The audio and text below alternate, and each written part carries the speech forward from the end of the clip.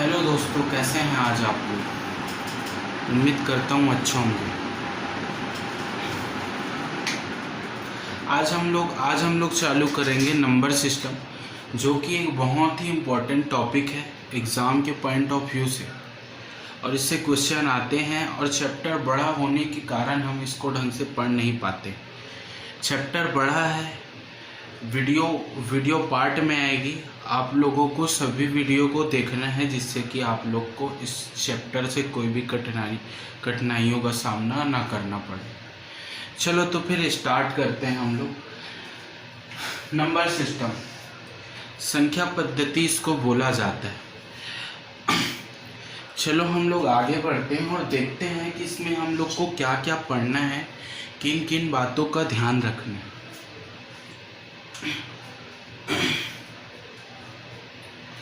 मैं जो लिख रहा हूँ उसको आप लोग अपनी कॉपी में नोट करिएगा, क्योंकि ये एक प्रकार से आप लोग का नोट्स के काम आएंगे। क्वेश्चन कराना ही रहता तो मैं खाली क्वेश्चन लेके आ जाता।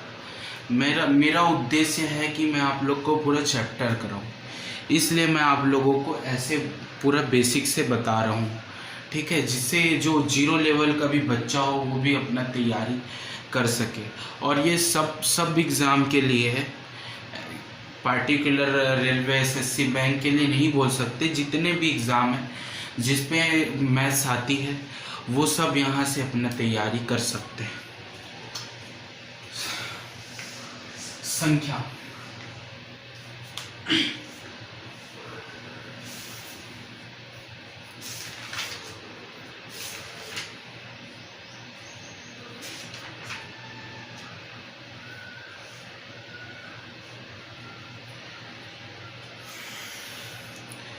संख्या दो प्रकार की होती है। एक वास्तविक संख्या,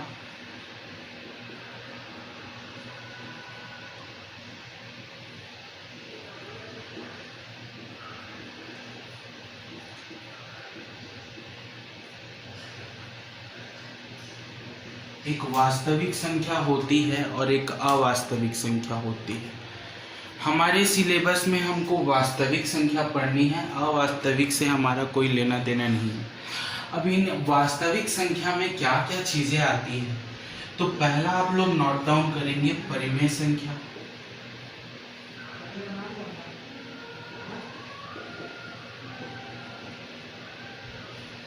इसके अलावा क्या आता है, इसके अलावा आता है आप लोग को पूर्णांक। बहुत सारी चीजें हैं, बस हम लोग समझने के लिए मैं इसको लिख रहा हूँ, पूर्णांक। इसके अलावा क्या आती है, पूर्ण संख्या, प्राकृतिक संख्या,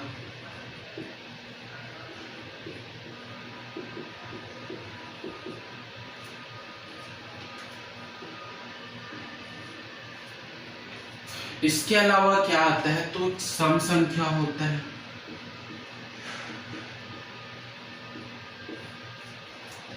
इसके अलावा क्या आता है, तो एक विषम संख्या होता है।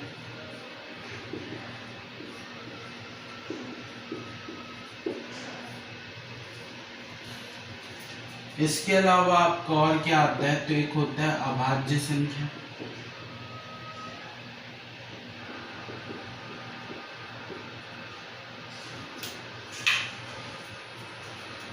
सहअभाज्य संख्या।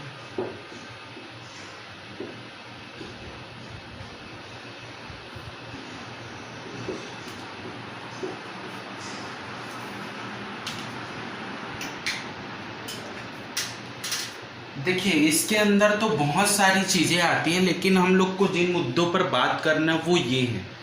इसके अलावा हम लोग को और किसी पर ध्यान नहीं देना है। वास्तविक संख्या किसको बोला जाता है, तो वास्तविक संख्या का सिंपल सा अर्थ यह है जिसको गिना जा सके।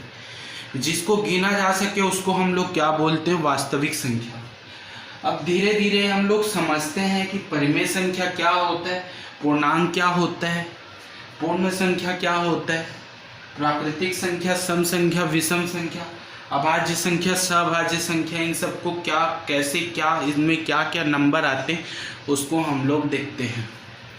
तो सबसे अगर मैं परिमेय संख्या की बात करूं तो परिमेय संख्या की परिभाषा जिसको हम लोग पी बाई क्यू के टर्म में लिखे, जो भी संख्या p बाई क्यू के टर्म में लिखा हो, जो भी संख्या p बाई क्यू के टर्म में लिखा हो और q बराबर,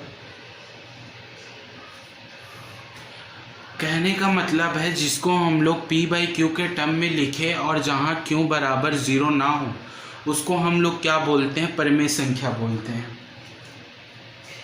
समझ गए परिमेय संख्या क्या होता है? आप लोग अपने नोट्स में लिख लीजिए।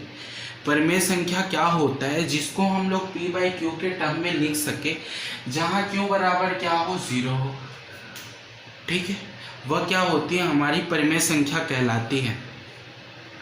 अब बात ये आती है कि क्या अगर मैं बोलूं कि मेरा 2 परिमेय संख्या है, मैं अगर बोलता हूं कि जो मैं 2 लिखा हूं क्या वह परिमेय संख्या है? तो आप लोग बोलोगे जी यह एक परिमेय संख्या है, क्योंकि यहाँ जब नीचे में कुछ नहीं रहता तो हम लोग क्या मानते हैं? 1 मानते हैं ना। तो ये तो हो गया ना p बाई क्यू के टर्म में, तो 2 1 क्या है? परिमेय संख्या है।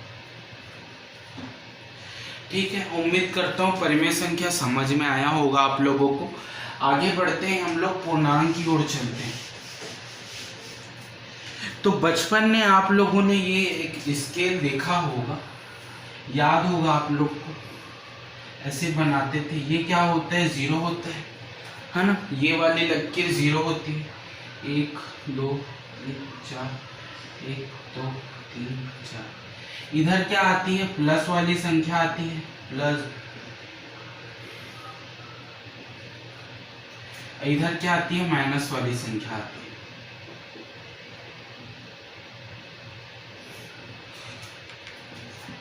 इधर प्लस वाली, इधर माइनस वाली।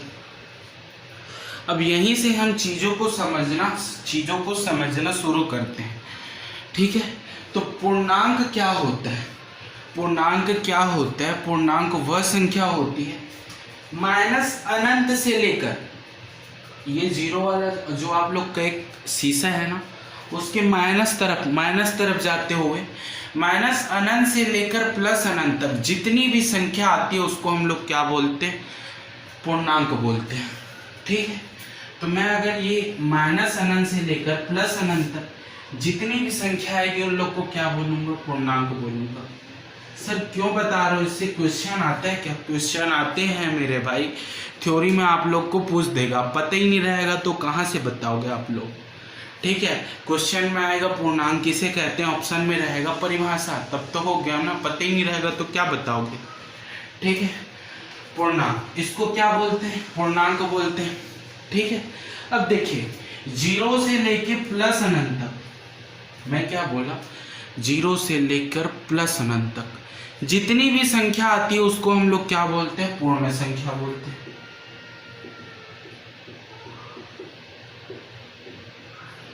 ठीक है, 0 से लेकर प्लस अनंत तक जितनी भी संख्या आएगी उसको हम लोग क्या बोलेंगे? पूर्ण संख्या बोलेंगे। ठीक है, इसके अलावा अगर मैं आगे बात करूं तो अगला क्या है मेरा? प्राकृतिक संख्या, है ना। प्राकृत संख्या किसको बोलते हैं? तो ठीक है, जो पूर्ण संख्या है ना, बस इसमें क्या है? आप लोग को 0 को छोड़ देना है। कहने का मतलब है कि 1 से लेकर प्लस अनंत तक, 1 से लेकर प्लस अनंत तक जितनी भी संख्या आएगी वो क्या होगी? प्राकृतिक संख्या होगी।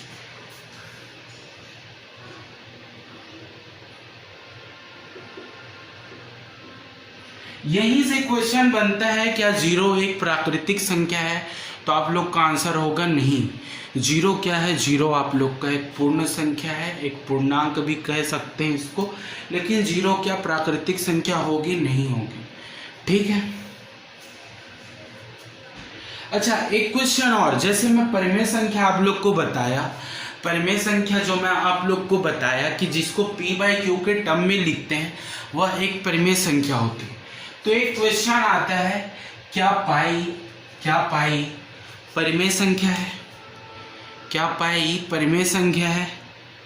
आंसर होगा नहीं।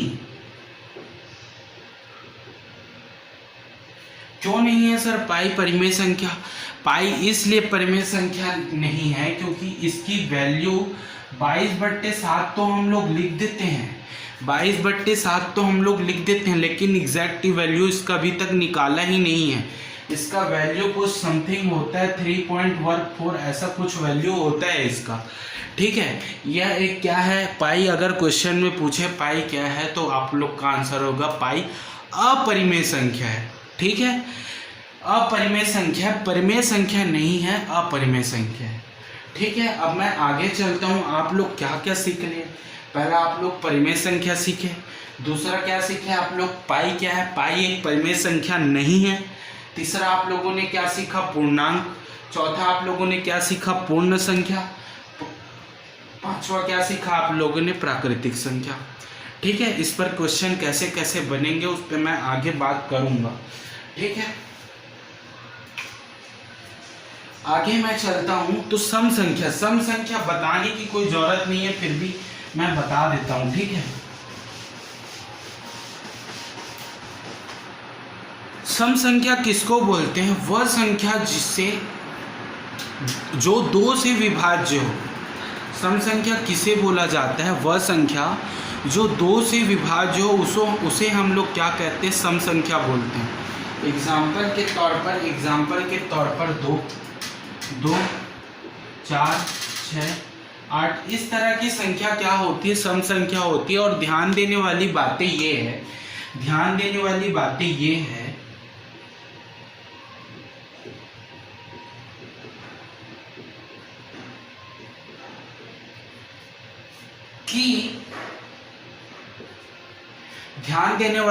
कि यह है कि सम संख्याओं के बीच का अंतर कितना होता है, 2। सम संख्या ले लो चाहे विषम संख्या ले लो, उनका अंतर क्या होता है, 2। अच्छा, मैं आप लोग को बोला कि सम संख्या वह होती है जिससे 2 से विभाज्य हो सके। तो विषम संख्या क्या होगी, वह संख्या जो 2 से विभाज्य ना हो उसको हम लोग क्या बोलेंगे, विषम संख्या बोलेंगे, सिंपल। तो उसका अगर मैं एग्जांपल ले लूँ तो 1 + 2 + 3 3 5 7 ये सब क्या होगी, विषम संख्या होगी। ये सब क्या होगी, विषम संख्या होगी। अब देखो इन दोनों के बीच भी क्या है, 2 का गैप है ना, 2 का गैप है। तो आप लोगों के क्वेश्चन आता है, क्वेश्चन क्या बहुत सारे क्वेश्चन आते हैं इससे, क्रमागत संख्या वाली क्वेश्चन आती है कि ऐसे क्वेश्चन बोल देगा 15 क्रमागत संख्याओं का योग इतना है। तो आप लोगों को क्या करना रहता है, उस क्रम को बनाना रहता है। जैसे एक क्वेश्चन यहाँ पर आएगा, मैं आप लोग को बताना ये चाहता हूँ कि कभी भी आप लोग को ये क्वेश्चन है तो आप लोग जैसे आप लोग को बोले 3 क्रमागत संख्या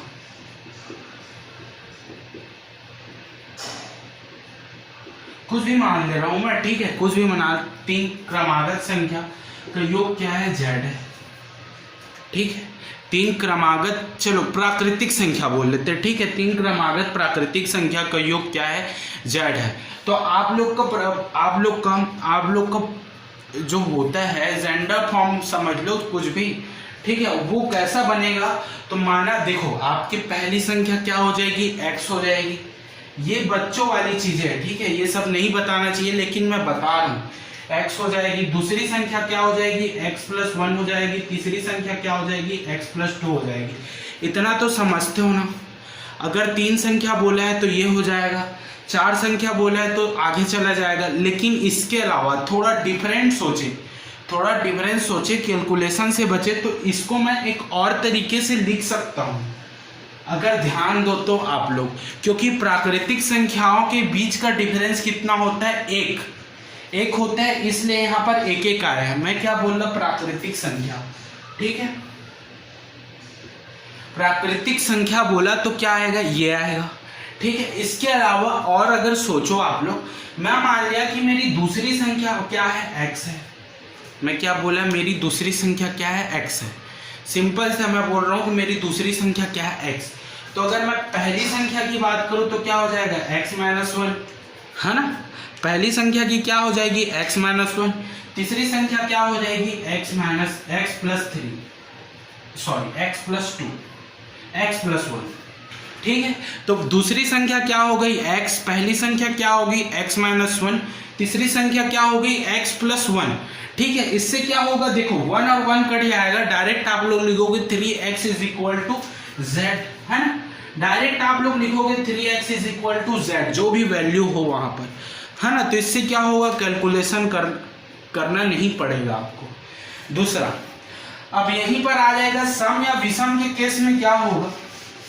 अगर मैं इसी क्वेश्चन की बात करूं, सम और विषम के केस में क्या होगा, तो ध्यान रखिएगा जब सम आए तो आप लोग को गैप क्या करना है, दो का गैप रखना है। तो मान लो कि आप लोग की दूसरी संख्या क्या है x, दूसरी संख्या मान लो दूसरी संख्या x है, तो पहली संख्या क्या हो जाएगी x माइनस 2, है ना, x माइनस 2 हो जाएगी। तीसरी संख्या क्या हो जाएगी x प्लस 2। अब यहां से भी दो कट गया, फिर क्या कर दोगे 3x is equal to z कर दोगे, कोई दिक्कत ही नहीं है ना। ऐसे करने से कोई दिक्कत ही नहीं है आपको। और दूसरे तरीके से जाओगे तो कैलकुलेशन करना पड़ेगा, जैसे कि इसको x मान लिए, इसको x प्लस 2 मान लिए, फिर अगला x प्लस 4 मानोगे, फिर सबको जोड़ना पड़ेगा, दिक्कत है ना। अब देखो, अब ये सम वाला केस रहे चाहे विषम वाला केस रहे, फर्क नहीं पड़ता है ना, यही लगेगा, क्योंकि दोनों में दो का गैप रहता है ना। समझ गए बातों को। अब मैं आगे चलूं,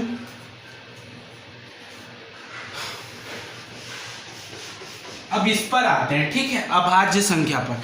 अभाज्य संख्या का बहुत इंपॉर्टेंट है, क्वेश्चन आता है डायरेक्ट। और पहली बात तो अभाज्य संख्या को निकालने का कोई फॉर्मूला नहीं है। ठीक है, अब अभाज्य संख्या क्या होता है सर, तो अभाज्य संख्या क्या होता है, ध्यान से सुनिए आप लोग। ऐसी संख्या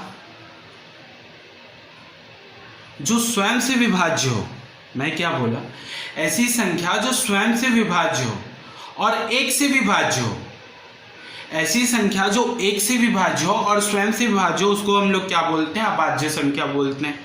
ठीक है, आप लोग अपने कॉपी में परिभाषा लिख लेना, क्योंकि उतना लिखना पॉसिबल नहीं है। ठीक है, वैसे भी अभी क्या है, लॉकडाउन है, मार्कर का दिक्कत है, ले दे के इसीलिए वीडियो नहीं बना पा रहा था मैं। अब वीडियो बनाया हूँ तो मार्कर मेरे पास सिर्फ एक ही है, इंक खत्म हो जाए तो वीडियो भी रुक जाएगा। ठीक है, इसलिए मैं आप लोग को बोल रहा हूँ, आप लोग लिख लीजिएगा। ठीक है, तो अभाज्य संख्या क्या है, वह संख्या जो एक से विभाज्य हो और क्या हो, स्वयं से विभाज्य हो। जैसे 2, 3। अच्छा, क्वेश्चन आता है अभाज्य संख्या कहाँ से स्टार्ट होता है, तो आप लोग का आंसर होगा 2 से। ठीक है, अभाज्य संख्या कहाँ से स्टार्ट होगा, 2 से अभाज्य स्टार्ट होगा। 2, 3, 5, 7, 11, ये जाते जाएगा ना, ये जाते जाएगा। ठीक है, ये जाते जाएगा अनंत तक। अब ये तो इम्पोर्टेंट नहीं है, ये इम्पोर्टेंट नहीं है। आप लोग का सवाल ये होगा सर हम लोग पहचाने कैसे, तो आ जाएगा। ठीक है, अभी आगे हम लोग जब विभाज्यता के नियम पढ़ेंगे तो आप लोग उससे चेक कर सकते हो। दूसरा क्या, प्रैक्टिस से आ जाता है, देखते देखते पता चल जाता है। ठीक है, ऐसा कोई डाउट नहीं होना चाहिए इसमें। अगर मैं आगे बात करूं कि यहाँ से क्वेश्चन कैसे बनते, तो ध्यान से देखना मैं क्या बोल रहा हूँ। ठीक है, I F J क्या लिखे हो सर, समझ में नहीं है समझ में, बता रहा हूँ। I कहाँ आता है, 9 आता है, ये किस पे आता है, 6 आता है, और ये किस पे आता है, J किस पर आता है, 10 पे आता है। कोई डाउट? अरे अल्फाबेट पढ़े हो ना रीजनिंग में, वही है, कुछ दूसरा नहीं है। ठीक है, वही है। तो 1 से लेकर 25 तक कितने अभाज्य संख्या, 1 से लेकर 25 तक कितने अभाज्य संख्या, 9। 25 से लेकर 50 तक कितने अभाज्य संख्या, 6। 25 से लेकर कितने अभाज्य संख्या, 6। 50 से लेकर कितने 100 तक कितने अभाज्य संख्या, 10। अरे डायरेक्ट क्वेश्चन आएंगे। ठीक है, डायरेक्ट क्वेश्चन आएंगे, कुछ करना ही नहीं है आप लोग को, मैं इसको लिख लेना बस, फिर काम आ जाएगा। अब देखो, ध्यान लगाने वाली बात यह है कि 100 तक में स्क्रीन में आप लोग को दिखेगा कि नहीं, अब दिख जाएगा, कोई दिक्कत नहीं है, एडजस्ट कर लेंगे हम। ठीक है, तो क्वेश्चन आता है आप लोगों की 1 से 100 तक में कि एक से 100 तक की गिनती में कितनी अभाज्य संख्या आएगी, तो आप लोग क्या करो, इसको जोड़ लो, 25 आप लोग का आंसर आ जाएगा। ये क्या हो गया, 1 से 100 तक हो गया। ठीक है, तो ये था अभाज्य संख्या। ठीक है, समझ गए होगा उम्मीद करता हूँ, और इसको आप लोग लिख लीजिएगा। ठीक है, इसको मैं ठीक कर लेता हूँ। हाँ ठीक है, अब आगे चलते हैं, हम आगे चलते हैं और आगे की बात करते हैं। अब हमारा क्या रह गया, एक ही संख्या, सभाज्य संख्या। ये भी क्या है, इससे रिलेटेड है। अच्छा, मैं अभाज्य संख्या बात कर दिया, तो भाज्य संख्या तो आप लोग समझ गए होंगे ना, जो संख्या अभाज्य नहीं है वो संख्या क्या होगी, भाज्य होगी।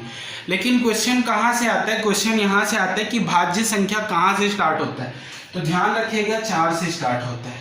ठीक है, इसको भी लिख लीजिएगा आप लोग नोट में कि भाज्य संख्या कहाँ से स्टार्ट होता है, तो आप लोग बोलोगे 4 से। ठीक है, दूसरी बात,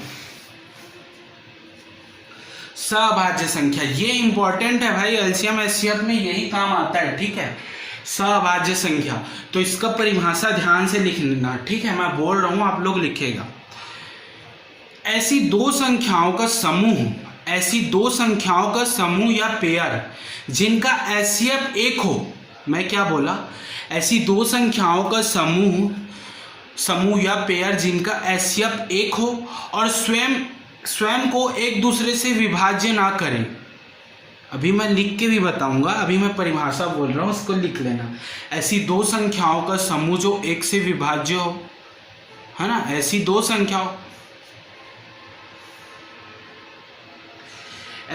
संख्याओं का समूह जो जिनके बीच का अंतर 1 हो। ठीक है, ऐसी दो संख्याओं का समूह जिनके बीच का अंतर 1 हो, या फिर बोल सकते हैं एचसीएफ 1 हो, सिंपल सा लॉजिक। ठीक है, दो संख्याओं का समूह जिनका एचसीएफ 1 हो, ठीक है, और क्या हो, वो एक दूसरे को विभाज्य ना करें। जैसे अगर मैं बात करूं 6 का, तो 6 का सहअभाज्य संख्या क्या होता है, 2 और 3 होता है। देखो, इनका एचसीएफ क्या है, 1 है ना, 2 और 3 एक दूसरे को विभाज्य भी नहीं करते, तो ये क्या हो गया, एचसीएफ हो गया। दूसरा क्या में 12, अब देखो 12 की क्या, 4 और 3, ये क्या है आप लोग का सहअभाज्य संख्या है, एचसीएफ क्या है, 1 है, दोनों एक दूसरे को विभाज्य नहीं करते। अच्छा मेरे को एक बात बताओ, 12 का तो एक और फैक्टर होता है ना, 2 और 6, इससे भी तो 12 बनाया जा सकता है, लेकिन क्या ये सहअभाज्य संख्या है, तो आप लोग बोलोगे सर नहीं है। क्यों नहीं है, क्योंकि इनका एचसीएफ 1 भी नहीं है और दोनों एक दूसरे से विभाज्य भी हो सकते हैं, है ना। अरे 2 से 6 विभाज्य हो जाएगा ना 3 बार में, इसलिए क्या ये वाला पेयर जो होगा वह सहअभाज्य संख्या नहीं होगा। तीसरा क्या ले लो आप लोग, 24 ले लो, तो 24 का क्या हो जाएगा, 8 और 3, इनका एचसीएफ क्या होता है, 1 होता है ना, एक दूसरे से विभाज्य भी नहीं होंगे। इसके अलावा आप लोग अगर इसको 2 और 12 लिखते हो तो ये नहीं होगा, ये वाला पेयर नहीं होगा। ठीक है, उम्मीद करता हूँ समझ में आया होगा। ये नंबर के पूरे प्रकार थे, इससे बहुत सारे क्वेश्चन बनते हैं। अब मैं आगे जो चीज़ों को बताऊंगा उसको भी आप लोग अपनी कॉपी में नोट करिएगा। चलिए, तो अब मैं इसको पूरा साफ कर देता हूँ। ठीक है, कर देते हैं। चलो, मैं जो काम की चीजें नहीं है उसको मिटा रहा हूँ।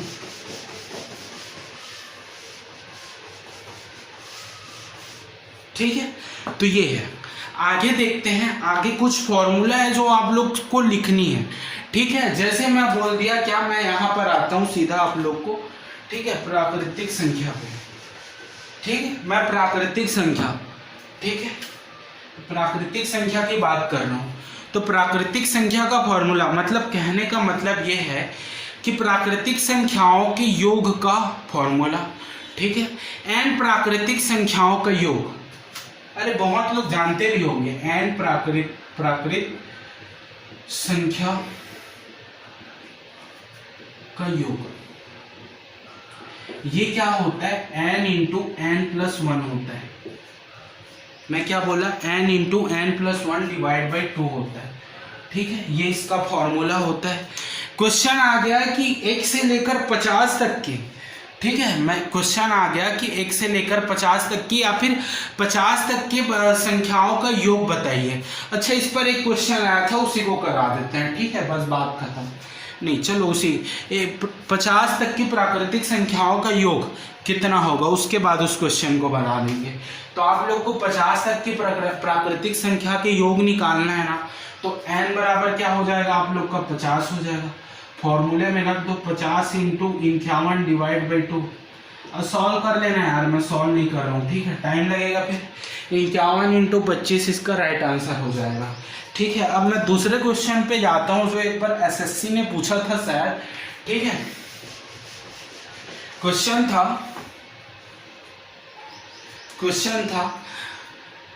3 के प्रथम 50 गुणजों का योग। नहीं, रुकिए,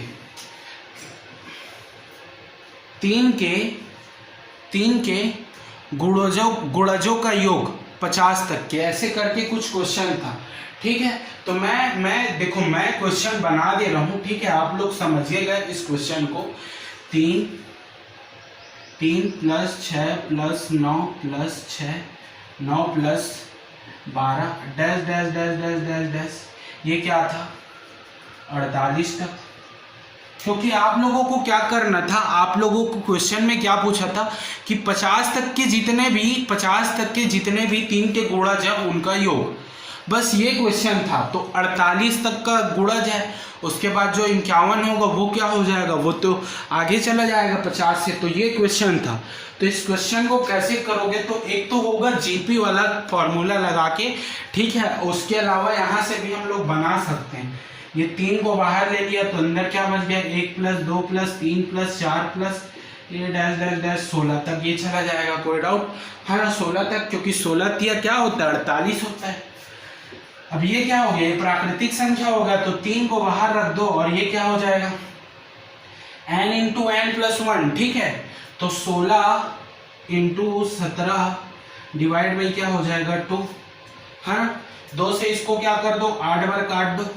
ठीक है, इसको सॉल्व कर लेते हैं हम लोग। 24 इंटू 17 इज इक्वल टू कितना हो जाएगा, 17 चौक 68, 6 कैरी आ गया, 17 दूनी 34, 34 6 40, तो 408 इसका आंसर हो जाता। समझ गए, ये था प्राकृतिक संख्या का योग। अब आगे बढ़ते हैं हम लोग, आगे बढ़ते हैं और आगे का फॉर्मूला लिखते हैं। तो ये फॉर्मूला आप लोग के दिमाग में बैठ गया होगा और नोट्स में भी बैठा लेना, ठीक है, जो कि भूल जाते हैं। अच्छा, अगर मैं आगे की बात करूं तो आप लोग को दूसरा फॉर्मूला यही लिखना है। आज का क्लास बस यही था, ठीक है, फॉर्मूले पे बेस्ड था। कल से हम लोग पढ़ेंगे नंबर सिस्टम का जो मेन टॉपिक स्टार्ट होते हैं उसको हम लोग देखेंगे। ठीक है, तो मैं दूसरा नंबर डाल रहा हूं, n प्राकृतिक सम संख्याओं का योग। n प्राकृतिक सम संख्या, ठीक है, समझ रहे हो ना, सम संख्या का योग। तो ज्यादा कुछ नहीं करना है, इसी फॉर्मूले से रिलेटेड है। n इंटू एन प्लस 1, देखिए इंक खत्म हो गया, मैनेज कर लेना। ठीक है, मैनेज कर लेना। ठीक है, दिख रहा होगा आप लोग को, n into n plus 1 divide by 2। ठीक है, ये किसका फॉर्मूला है, ये सम संख्या का वाला फॉर्मूला है। ठीक है, अच्छा 2 नहीं आएगा, सॉरी यहाँ पर 2 नहीं आएगा, मैं भूल, इंक के चक्कर में मेरे दिमाग से हट गया। ठीक है, n इंटू एन प्लस 1। ठीक है, ये किसका फॉर्मूला हो जाएगा, सम संख्या के योग का फॉर्मूला। इसमें 2 रहता है, इसमें नहीं रहता। ठीक है, आगे चलते हैं हम लोग। तो आगे की बात करूं, विषम संख्या। तो आप लोग समझ गए हो ना मैं क्या बोल रहा हूं, n विषम संख्याओं का योग, विषम संख्याओं का योग, n विषम संख्याओं का योग। तो ये क्या होता है, n का स्क्वायर हो जाता है। ठीक है, मतलब जितनी संख्या का निकालने को बोलेगा उसका क्या कर दोगे आप लोग, स्क्वायर कर दोगे।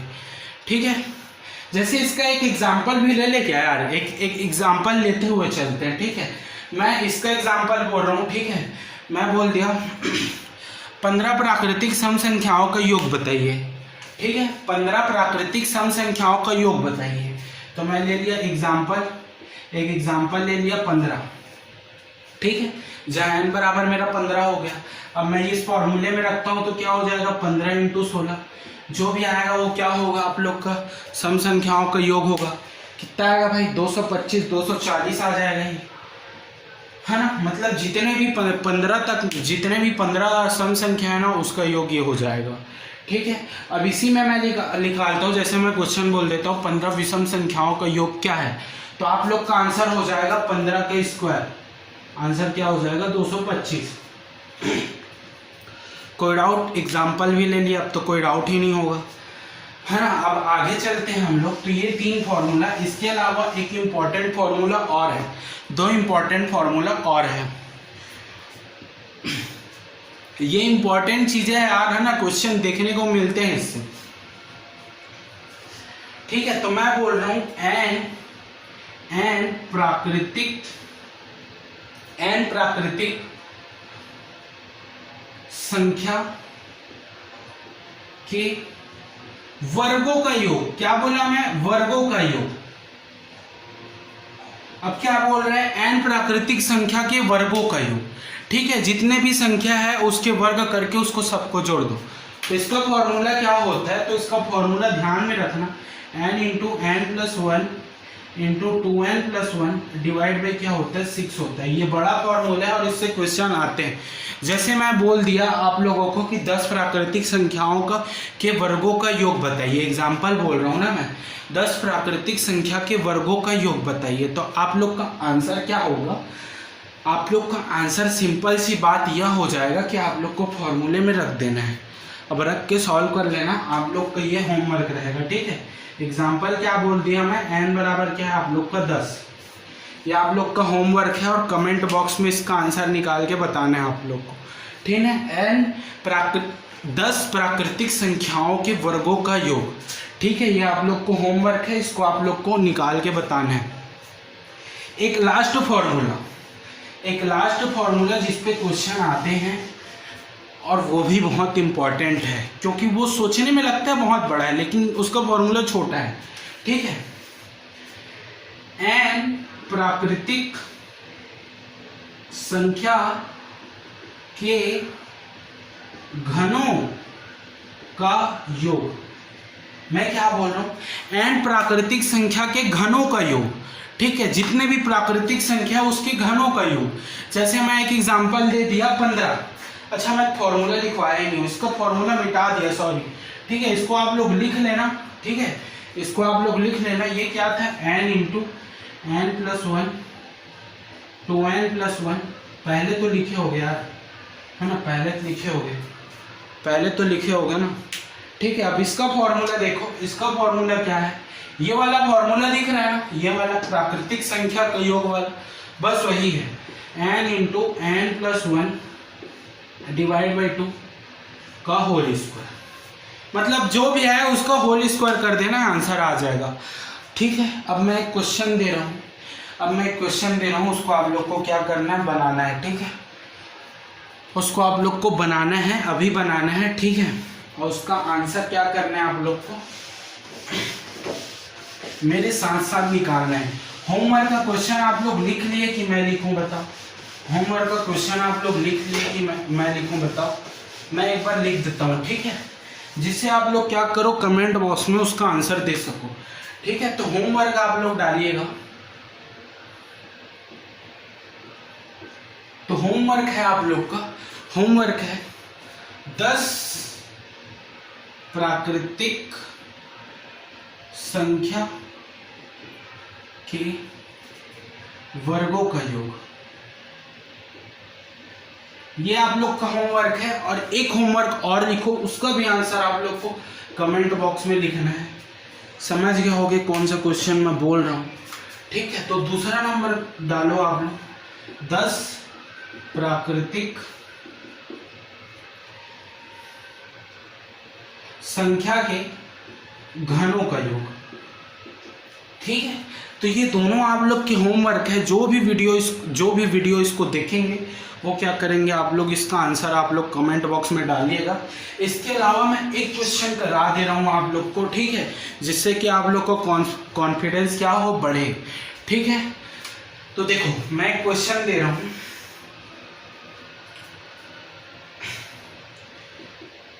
ओहो ही ख़त्म हो गया। ठीक है, लास्ट आ गया। ठीक, वीडियो ऐसे भी तो एक क्वेश्चन लिख देता हूँ मैं। 11 का स्क्वायर प्लस 12 का स्क्वायर प्लस 13 का square dash dash dash dash dash क्या ले लिया मैं 20 का स्क्वायर। अब इसका आंसर मेरे को बताना है। ठीक है, ये स्क्वायर में है, क्यूब वाले में भी बन सकता है। तो देखो इसको सॉल्व करने के लिए, देखो सॉल्व आप भी कर सकते हो, पहले क्या तरीका होना चाहिए। अब देखो आप लोग को क्या पता है, प्राकृतिक संख्या के वर्गों का योग का फॉर्मूला पता है ना, सबको पता है, मैं बताया हूँ अभी। लेकिन ये क्या एक से स्टार्ट हो रहा है क्या? ये जो सीरीज है, ये जो श्रृंखला है वो एक से स्टार्ट हो रहा है क्या? नहीं हो रहा है ना। बस यही बात को समझना है कि 11 से स्टार्ट हो रहा है। तो मैं एक काम करता हूँ कि 1 से 20 तक का निकाल देता हूँ, जो भी आएगा उसमें से क्या कर दूंगा मैं, बताओ। 1 से 10 तक का घटा दूंगा, है ना। 1 से 10 तक का घटा दूंगा, बचेगा वो क्या होगा, 11 से 20 तक का होगा। समझ गए मैं कहना क्या चाहता हूँ, समझ गए। तो इस क्वेश्चन को हम लोग को 2 बार सॉल्व करना पड़ेगा, है ना। इस क्वेश्चन को 2 बार सॉल्व करना पड़ेगा। पहले 1 से 20 तक का निकाला तो फॉर्मूले में रखेंगे हम लोग। फॉर्मूला क्या है, n इंटू एन प्लस 1, मतलब 20 इंटू 21, फिर क्या है, ठीक है। तो फिर क्या है 2n प्लस 1, तो क्या हो जाएगा आप लोग का 40। अच्छा मैं फॉर्मूला लिख दूं क्या, लो लिख देता हूँ, n इंटू एन प्लस 1, दिखेगा नहीं। लो चलो पहले फॉर्मूला लिख देते हैं। ठीक है, n into n plus 1 2n plus 1, यही फॉर्मूला तो बताया था मैं, डिवाइड बाई 6, है ना। यही फॉर्मूला बताया था। अब इस फॉर्मूले में रखने हैं वैल्यू को, तो रखते हैं। 1 से 20 तक पहले निकालते हैं। तो 20 आपको n क्या हो जाएगा, 20 हो जाएगा। 20 इंटू 21 इंटू क्या हो जाएगा यहाँ 40 प्लस 1 41, है ना। डिवाइड बाई क्या करना है आप लोग को, 6 करना है। कोई डाउट? 2 से इसको काट दिया मैं 10 बार, 3 से इसको काट दिया मैं 7 बार, ये 6 नहीं पड़ेगा। कोई डाउट नहीं है। ठीक है, कोई डाउट नहीं है। ठीक है, तो ये क्या हो गया 70 इंटू 41 हो गया। इसको सॉल्व करते हैं तो ये क्या हो जाएगा 2800 और 2870। ठीक है, तो ये क्या हो जाएगा 2870 हो जाएगा। मतलब ये तो आ गया हमारे पास 2870, है ना। ये 2870 आ गया। अब इसमें से क्या करना है, 1 से 10 तक का को घटा देना है ना। 1 से 10 तक की संख्या को घटा देना है।